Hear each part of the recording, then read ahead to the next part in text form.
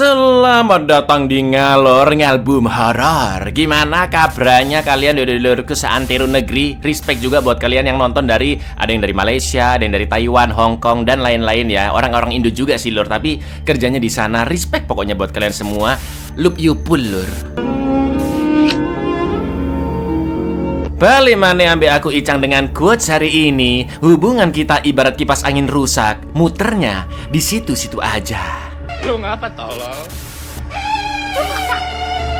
Kali ini kita akan mengalor film berjudul The Last House on the Left tahun 2009, bergenre horror thriller. Film yang merupakan remake dari film tahun 1972 ini mengisahkan tentang gadis remaja dan kedua ortunya yang sedang berlibur ke villa keluarga. Sampai akhirnya si gadis remaja ini bertemu dengan seorang pria yang dari sanalah awal kengerian akan terjadi lur. Seperti apakah kebrutalan film ini? Langsung aja ke requestan pertanyaan semelehe dari dulurku Rido ya cak. Kontrakan apa yang 1 hari 3 juta? Ya masa ada kontrakan 1 hari 3 juta kan nggak ada lur. Kos kan 3 juta per bulan. Kalau hotel bintang 5 ada. Ini 78 juta per bulan. Kalau kos-kosan atau kontrakan mana ada, nggak ada lur. 1 jutaan lah begitu. Anak SD aja tahu loh harga kosan kontrakan berapa sebulan ya kan. Masih nombok lagi. Monggo sketsakan. Crook adalah seorang pembunuh berdarah dingin yang sedang diantar ke penjara oleh 2 polisi di tengah malam. Lalu ketika mobil berhenti karena menunggu kereta api yang lewat, tiba-tiba mobil tersebut ditabrak oleh mobil saudaranya Crook, yaitu Francis dan juga Sadie, pacar dari Crook. Kedua polisi itu pun terluka parah. Lalu Sadie langsung menembak endas salah satu polisi tersebut dan melepas borgolnya Crook. Sedangkan Crook pembunuh polisi yang masih hidup dengan mencekiknya menggunakan sabuk pengaman juga mencuri uang dari dompet polisi itu yang sempat terciprat darah. Dan inilah rumah terakhir di sebelah kiri. Bocil, ayo keluar sekarang juga Cil. Ini film bukan buat umur kalian Cil, tolong ya.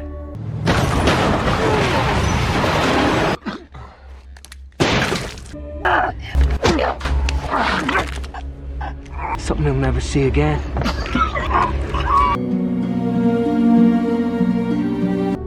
Scene pun beralih ke seorang atlet renang berusia 17 tahun bernama Mary Collingwood yang akan pergi berlibur bersama kedua ortunya, yaitu Dr. John dan Emma, ke villa milik keluarga mereka yang terdiri dari 2 bangunan lur dan salah satunya khusus tamu. Villa tersebut berada di dekat sebuah danau di tengah hutan dan di belokannya terdapat pelang kayu yang memberitahu bahwa jalan itu buntu dan langsung mengarah ke danau.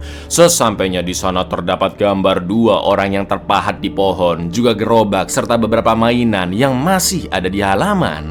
Lalu ketika masuk ke dalam, John sempat termenung memegang seonggok perahu-perahuan, sedangkan Mary terdiam saat memakai kalung emas bertuliskan nama Ben, yaitu kakak Mary sekaligus anak pertama dari John dan Emma yang baru meninggal setahun lalu. Setelah itu Mary pergi ke pondok di pinggir danau yang terdapat sebuah perahu milik keluarganya di sana. Lalu Mary pun berenang sejenak di danau ke arah pelampung navigasi. Seselesainya adus, Mary pun izin minjem mobil ayahnya untuk menemui teman lamanya, yaitu Paige, yang bekerja tidak begitu jauh dari sana. Sebelum OTW, Emma pun mengingatkan Mary agar nanti mengabarkannya via telepon ketika sudah bertemu dengan Paige.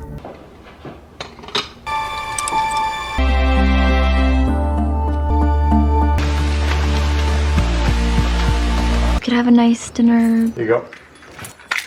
Thanks, Dad. Call me, okay? That's all I'm asking. Mary pun akhirnya bertemu Paige yang sedang jaga toko sembako di area kota. Mereka pun ngobrol ngalor ngidul dan Paige mengatakan jika sampai sekarang dia masih suka mengonsumsi barang haram, yaitu ganji, berbeda dengan Mary yang sudah tobat. Namun percakapan mereka didengar oleh seorang pembeli, yaitu Justin, yang mengajak mereka berdua menghisap ganji kualitas super tinggi di kamar Oyonya jika Paige memperbolehkan Justin beli rokok tanpa menunjukkan KTP-nya. Karena Justin memang masih di bawah umur lur. Di luar peraturan rokok ketat ya kan. Coba kalau di Konoha, bocil SD beli pun dikasih sama yang punya toko dong. Plok. Tanpa pikir panjang, Paige pun menerima tawaran tersebut. Dan ketika akan membayar, terlihat selembar uang bernoda darah di dompet Justin yang langsung buru-buru disembunyikannya ke dalam saku. Do you still smoke pot? No, I don't really do that stuff anymore. I mean, I overheard you guys talking a second ago. So what if you help me and I help you? Look, I've got some. Really? Okay, from 20. There you go. Setibanya di depan kamar Justin, Paige pun berjanji tidak akan lama-lama dan setelah ini Mary berencana nginep di rumah Paige. Namun ketika menunggu di mobil, sayangnya HP Mary nggak dapat sinyal dan karena Paige nggak keluar-keluar, Mary pun akan masuk ke kamar Justin. Di lain sisi terlihat seonggok koran di lantai dengan berita Crook yang berhasil kabur beserta foto pacarnya Sadie. Setelah itu Paige menawarkan ganji ke Mary dan tak lama kemudian ibunya menelpon menanyakan kabar serta melarang Mary nginep di rumah Paige karena malam itu akan ada badai besar. Namun karena sinyal jelek dan suara kresek-kresek Mary pun tidak bisa mendengar suara ibunya dengan jelas dan tetap akan menginap di rumah Paige. Sementara itu John pun menenangkan Emma agar jangan terlalu mengkhawatirkan Mary yang sudah berusia 17 tahun. No, that is not a good idea. Hello, Mom? You're breaking up. I can't hear. Hey, Mary, you were supposed to. There's a storm coming in. What time? I should have never let her leave. There's not much we can do about it. What do they do? All sorts of things. I'm kind of out of loop. So Justin, My dad and uncle has moving around a lot. Setelah itu Justin menceritakan jika dia sering berpindah-pindah tempat tinggal dengan ayah dan pamannya, sedangkan ibunya sudah lama meninggal. Namun Justin tidak begitu tahu apa pekerjaan ayahnya. Lalu tiba-tiba datanglah Crook, Francis dan juga Sadie yang dengan santainya langsung ganti baju di depan mereka dong. Ternyata Crook adalah ayah kandung Justin dan Justin pun langsung dipukul karena telah mengajak orang asing ke sana tanpa seizinnya. Crook juga tidak memperbolehkan Mary dan Paige pergi untuk mencegah mereka melapor ke polisi, meski mereka berdua janji akan tutup mulut karena wajah Crook dan Sadie terpampang jelas di koran.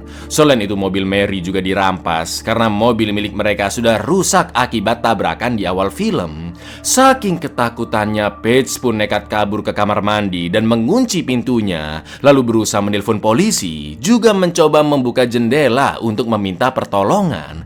Ironisnya di luar terlihat mobil polisi yang sedang patroli tapi jendela tetap tidak bisa dibuka. Dan We made the front page. That's what's going. Now they got Sadie's to boot. we won't say anything to anybody. I don't know. Frank, you believe him? Please just put the knife down. You can have my key. Thanks, Mary. Please. Oh, please. God. Anything? No, we're still okay. You not to bring anybody back. Well, you did it. Can't be undone. Francis pun menghancurkan HP Paige dan menghantamkan endasnya ke wastafel hingga pingsan, sedangkan HP Mary juga diinjek-injek agar tidak ada lagi yang bisa menghubunginya. Setelah itu mereka semua membawa Mary dan Paige pergi dari sana untuk mencari lokasi penginapan yang baru. Di jalan mereka pun sempat papasan dengan mobil polisi, namun Sadie dan Francis terus mengancam akan melukai Mary dan Paige jika mereka berani berteriak. Lalu agar lebih aman dari polisi, Crook pun akan melewati jalur pegunungan yang dilalahnya dia belok ke dekat area vilanya Mary Untungnya Crook dan kawan-kawan tidak begitu paham area tersebut dan Mary pun nekat mengelabui mereka agar mobil menuju ke arah vilanya dengan alasan jalur itu lebih cepat menuju ke jalan pegunungan. Setelah itu diam-diam Mary pun memencet colokan rokok mobil yang ada di dekat kakinya. Lalu yang terjadi, You're looking for Highway 40, then you need to go left.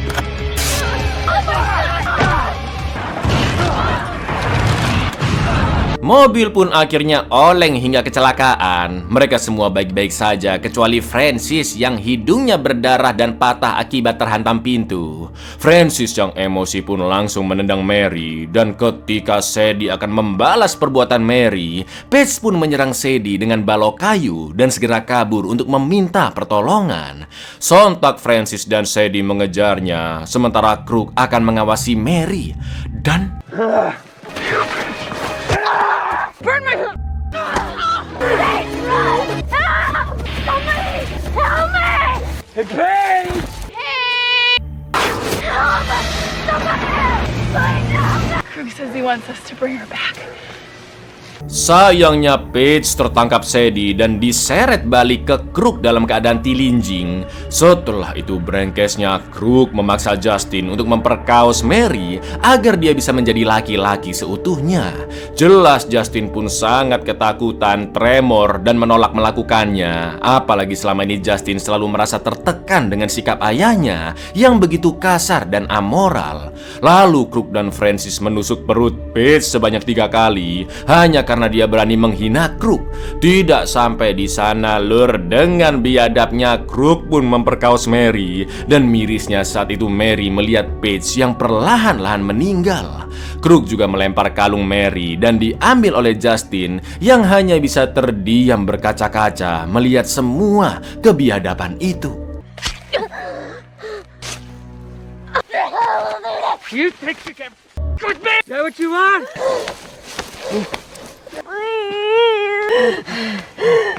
You missed out. Dalam kondisi ketakutan dan trauma, Mary pun berusaha bangkit dan diam-diam mengambil batu untuk dihantamkan ke endasnya Crook. Lalu Mary pun segera kabur ke danau dan berenang ke arah vilanya. Akan tetapi Crook langsung menembak secara membabi buta hingga mengenai punggung Mary. Dan tepat setelah itu, badai pun datang lur.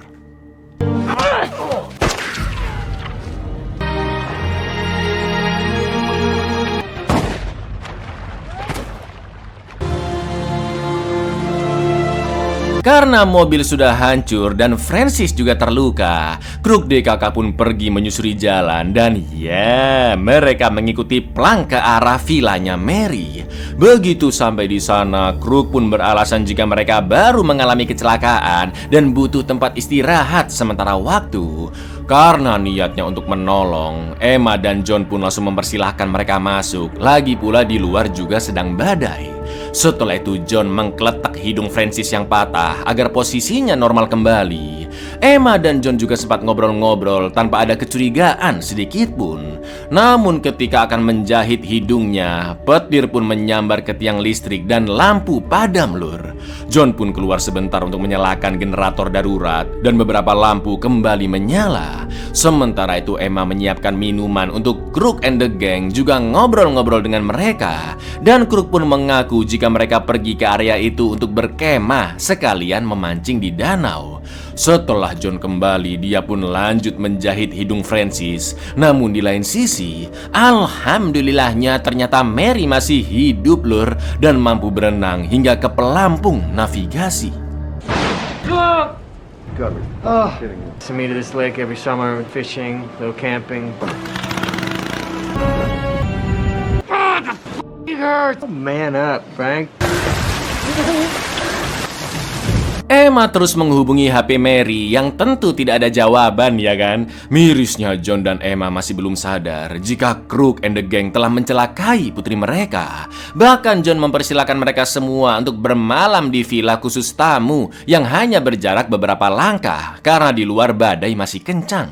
Lalu ketika Justin izin ke toilet, dia pun begitu terkejut saat melihat foto Mary di kulkas lur. You know, you should probably just sleep here tonight. I don't think you have much choice. Where's the bathroom? It's the last door on the right, down the hall. That's our daughter, Mary. I want to know if you're doing okay. You keep your mouth shut, you hear me? Justin pun baru sadar jika villa itu milik keluarganya Mary, sedangkan John dan Emma adalah kedua orang tuanya.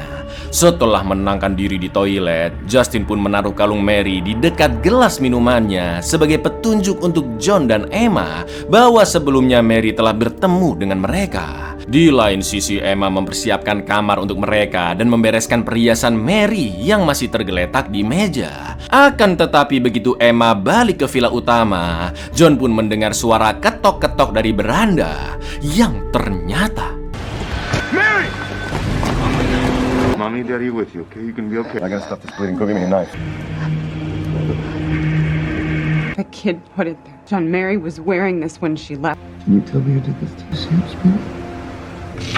She was blood. John dan Emma pun sangat terpukul melihat kondisi putri semata wayangnya. Dan dari lukanya Mary, mereka pun tahu jika anaknya telah diperkaos. John dan Emma pun yakin jika Crook and the Gang lah pelakunya setelah menemukan kalung Mary di dapur. Setelah itu John mulai mengobati Mary dengan alat-alat seadanya. Pertama-tama menghentikan pendarahan di luka tembak dengan pisau yang dipanaskan. Karena di kondisi seperti itu lebih penting menghentikan darah daripada mengeluarkan pelurunya, lur.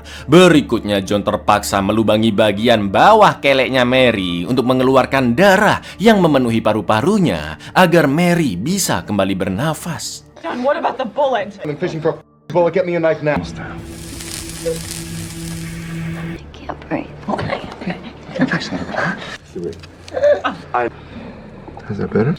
Stable. I don't know if it's gonna be that way. We gotta go to a hospital. John pun meyakinkan Emma jika mereka berdua harus siap menghadapi apapun bahaya yang akan terjadi. Karena posisi mereka di tengah hutan dan masih tidak ada sinyal, mau nggak mau mereka harus jalan kaki meminta pertolongan sejauh 9,6 kilometeran ke pemukiman terdekat. Setelah itu John pergi mengecek perahu di pondok, namun kuncinya hilang entah kemana. John pun mencarinya di gudang, namun kunci perahu juga tidak ditemukan dan John hanya mengambil perkakas sebagai senjata. Sementara itu di villa tamu, ketika Crook sedang ke toilet dan Sadie sudah tidur, Justin pun memberanikan diri mengambil pistol Crook yang tergeletak di meja. Di lain sisi, brengkesnya Francis datang menemui Emma dan Emma sengaja menggodanya sekalian mengajak minum-minum Hammer, juga mengatakan bahwa John sudah tidur di atas. Diam-diam Emma pun menyembunyikan foto Mary di kulkas agar Francis tidak mengetahui siapakah Emma dan John sebenarnya. Namun setelah itu Emma pun nekat menyuruh Francis ke tempat Mary dibaringkan dekat perapian. Dan ketika perhatiannya teralihkan, lur,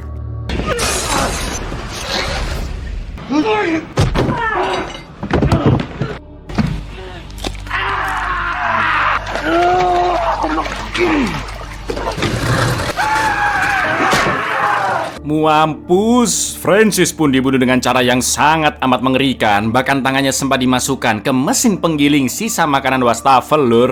Setelah mengamankan Mary ke perahu, John dan Emma pun OTW ke villa tamu sambil membawa linggis serta pisau. Di sana Crook dan Sadie masih tidur, sedangkan Justin yang masih terjaga menyerahkan pistol ayahnya. John dan Emma pun sadar bahwa Justin tidak terlibat dalam kebiadaban ini karena sejak awal kedatangannya Justin selalu terlihat pucat dan ketakutan. Setelah itu John pun langsung menembaki Crook dan Sadie. Lalu yang terjadi,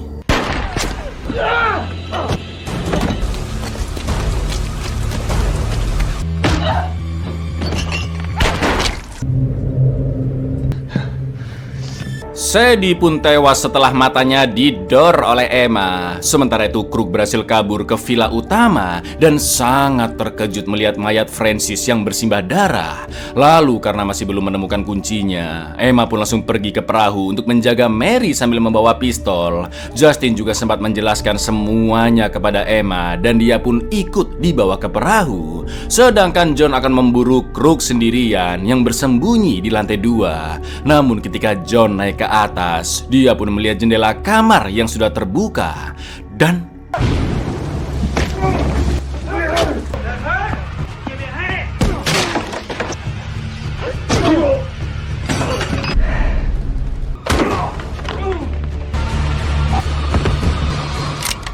akhirnya John menemukan kunci perahu. Namun sayang John dibuat pingsan oleh Crook. Dan ketika akan dibunuh, Justin pun datang menodongkan pistol ke ayahnya sendiri. Akan tetapi saat pelatuknya ditarik, ternyata pelurunya sudah habis, lur. Dan Crook pun berusaha membunuh Justin dengan menusukkan linggis ke perutnya. Sampai akhirnya, I'm not mad, alright? Just don't do anything stupid.